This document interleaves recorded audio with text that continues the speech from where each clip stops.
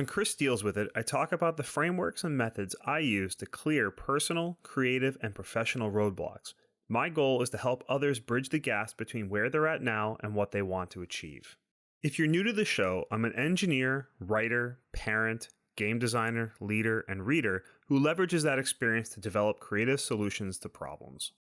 An AI statement that all elements of this episode are products of the author, Chris Kreuter, and made without the use of any AI tools. Welcome to episode 64 of Chris Deals With It. Audiobooks count. Does listening to audiobooks count as reading books? This episode came about in response to a conversation with friends a few weeks ago. Someone was adamant that audiobooks didn't count as reading. But here are my arguments in defense of audiobooks. What is a book? A book is a collection of words that are packaged together. Preferably, this package of words is identified with a title and cover that relay what's inside, notes the author or authors who wrote it, is organized with a clear structure such as chapters or formatting, is well written with artistic and expertly crafted sentences, characters, plot, facts, etc., entertaining, or in the case of nonfiction, informing and fact-checked. The book is not the packaging itself, since the collection of words can be delivered in multiple different formats. It can be in a physically printed book, an ebook, audiobook, serialized across multiple magazines or publications, spoken aloud. But let's talk about the joys of audiobooks. I'll admit, it took me quite a while to adjust to audiobooks. What ultimately worked for me was starting with smaller novels and novellas, which are about 20,000 to 40,000 words, or about 100 pages, and I built up the capacity to process long-form audible content. It is a skill that can be developed, and this skill was further developed through listening to podcasts. And I'll say my audiobook listening really took off when I had kids. Sleepless nights holding a baby made it impossible to also hold a physical book, but I still got to read. And a good book is a good book. It's going to keep you coming back to read consistently, and the content stays top of mind between reading sessions when it's good. Audio narration can also add a lot of dimensions to the telling of a story. Listening to other voices reading books is different than always reading the book in your own voice, in your own head. Professional voice actors can add emotion, pacing, dialect, and pronunciation. And books written with a unique voice or structure can be enhanced in an audio format. I'll give you 3 examples. The first are the White Sky Saga books by Waubgeshig Rice, which are narrated by Billy Morasti. These 2 books are post-apocalyptic thrillers about the fate of an Anishinaabe tribe in northern Ontario. They're incredible books about resilience, and the native words and phrases spoken by a native speaker added a lot to my experience of reading the book. And given that the books were written in a world without electricity or delivery trucks with new books, the audiobook reflected the tradition of oral storytelling, which became central to the tribe's success in their post-apocalyptic setting. Second, romance novels. They'll typically have alternating chapters between the different protagonists falling in love. Having these 2 different sides, read by different actors, made them feel like more fully realized characters, which deepen your connection to them and their romantic journey. And lastly, China Miéville's Embassy Town featured an alien race called the Arakai.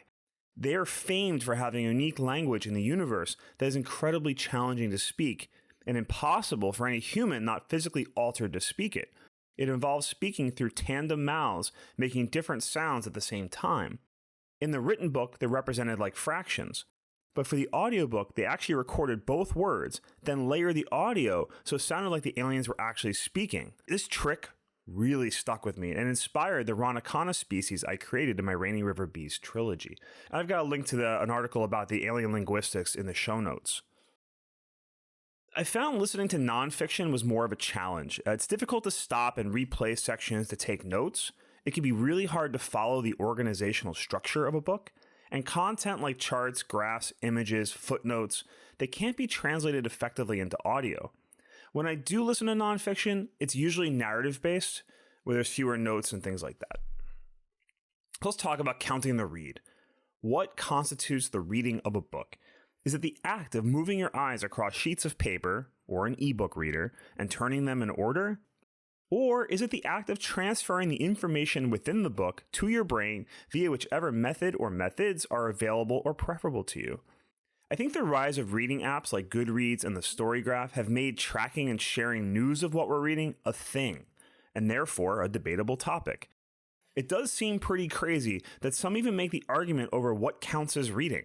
I mean, it's an argument I don't think exists if there isn't a social, performative aspect to these apps. I'll say that audiobooks have more than doubled my reading.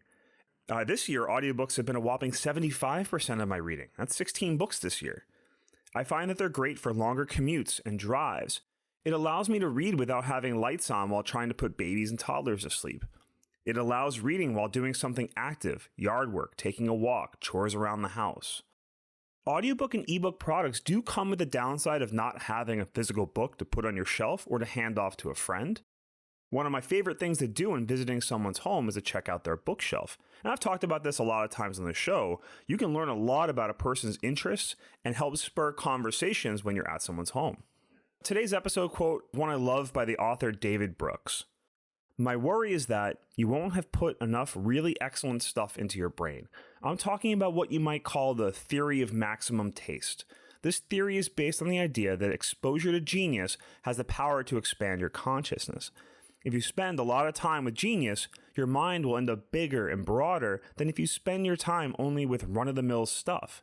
The theory of maximum taste says that each person's mind is defined by its upper limit, the best that is habitually consumed and is capable of consuming.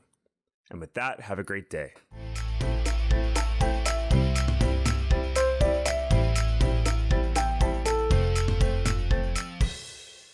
If you feel that Chris dealt with it, I'd appreciate your support of the show by sharing it with someone who might benefit. Ratings on your favorite podcast player are also helpful in growing the audience. Visit chriskreuter.com for free downloadable PDFs with notes and resources from today's episode, sign up for the CDWI mailing list, or to send in your problems or requests for future shows. That's CHRISKREUTER.com, or use the link in the show notes.